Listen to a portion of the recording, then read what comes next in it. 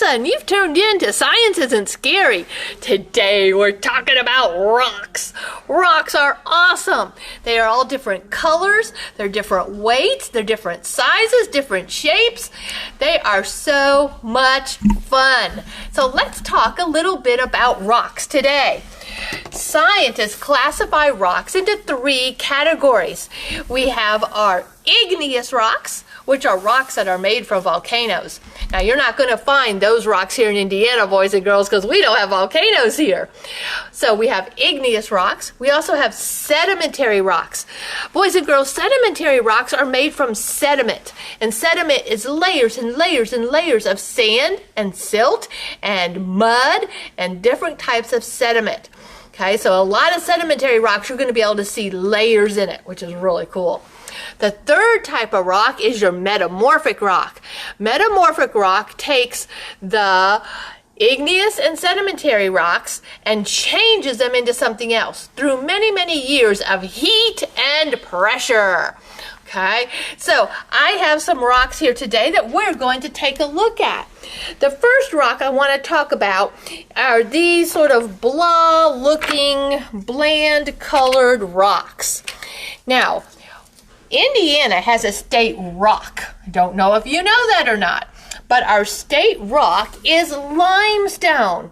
Now, limestone often has fossils in it. And so I'm pretty sure what I have in my hand is limestone, but I'm not sure. And when you're out taking a hike, you might find some of these sort of just brown, beige, tan-colored rocks, and you might not be sure what they are. But there's a test that you can do.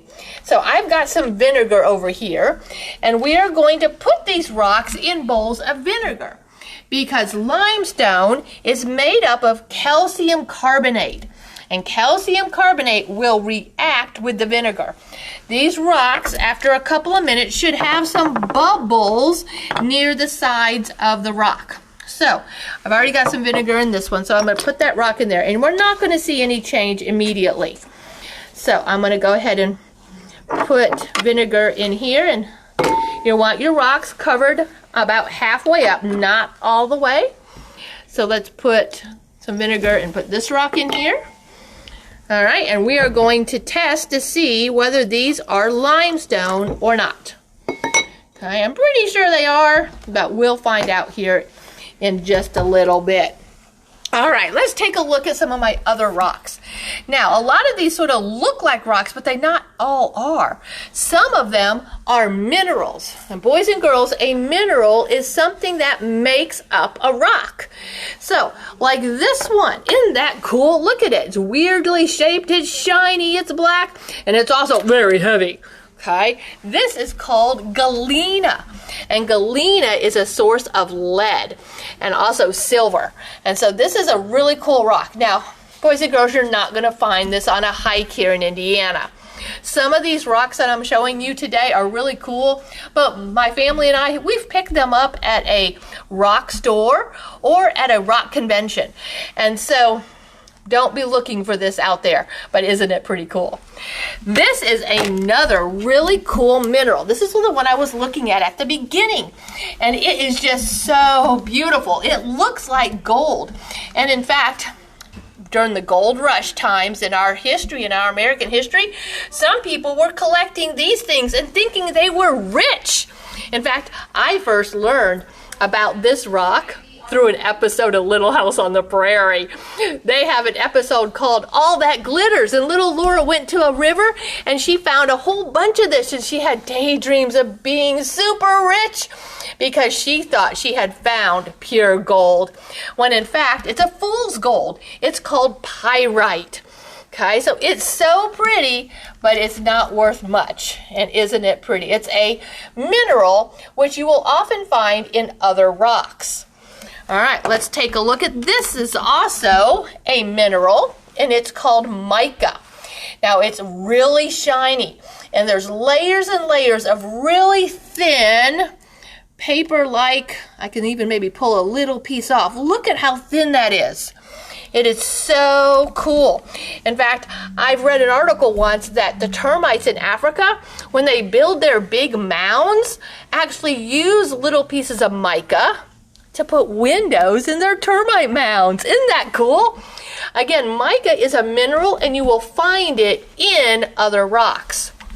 The last mineral I want to show you today, those are the three. Okay, sorry. Those were the three minerals, the mica, the pyrite, and the galena. The rest of these are actually rocks. So let's start talking about igneous rocks, the rocks you're not going to find here because they come from a volcano. This big black rock here, it's shiny, it's smooth, it has sharp edges though. This came from a volcano. The name, does anybody know what it is? It's obsidian. Okay, obsidian is a really cool rock.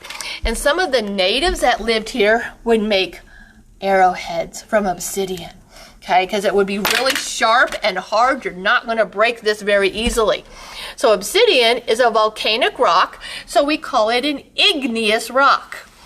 Now, this little rock is also from a volcano.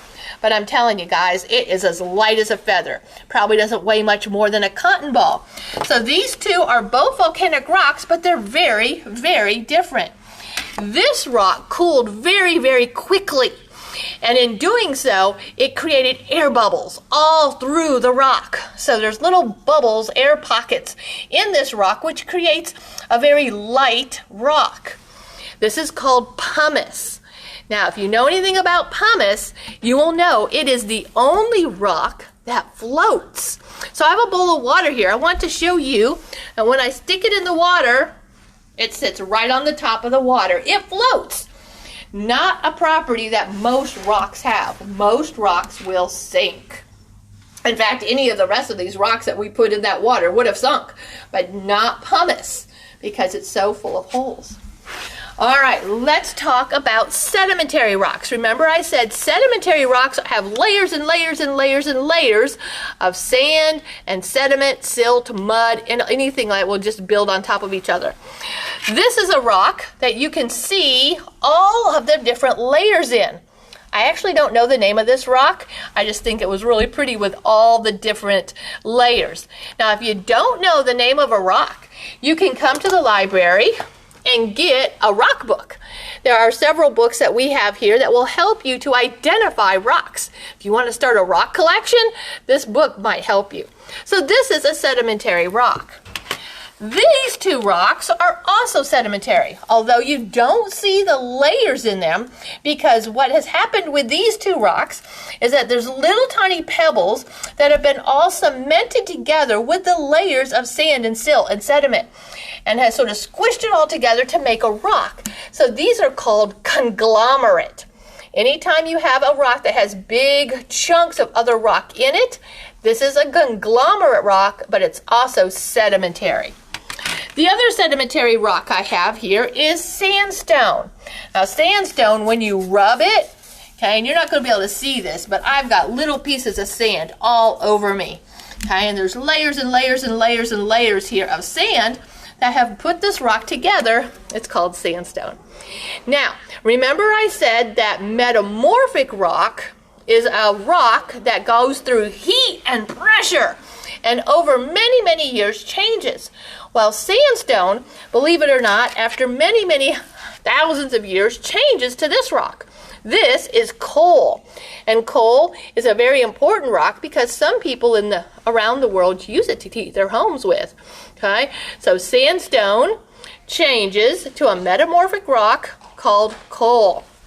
A couple other rocks that I want to show you here today are these. These are both pieces of granite, and if you'll notice how shiny they are, they have a little bit of that mica in them, or maybe a little bit of that quartz.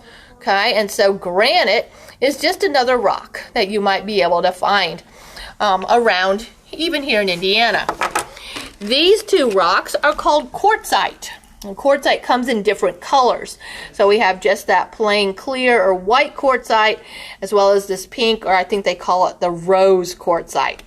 So those are the rocks that I have to show you today. But now we need to come back over and look at our limestone. Are any of these boring rocks bubbling? Let me put my glasses on and take a look. Oh my goodness, boys and girls, look at all the bubbles. I don't even need my magnifying glass. Okay, so the calcium carbonate in that limestone is reacting with the vinegar, creating bubbles. So we know for sure that is limestone. What about this one? Any bubbles? No, I don't see any. So that must not be limestone. What about this one? Oh, this one's bubbling over here in the corner. Oh, look at all those bubbles come up when I move it a little bit. That one's definitely limestone as well. This one, yep, look at all those bubbles. When you wiggle it a little bit, there's bubbles all along the edge. So 3 of those rocks that we put into the vinegar are limestone and 1 is not. That is a good way to test whether you have limestone, which is Indiana's state stone. Pretty cool, huh? All right, boys and girls, if you love rocks and you collect rocks, maybe you might want to go to school to study rocks. You can become a geologist, which is a scientist who studies just rocks. I hope you've enjoyed this demonstration and learned a little bit about rocks today.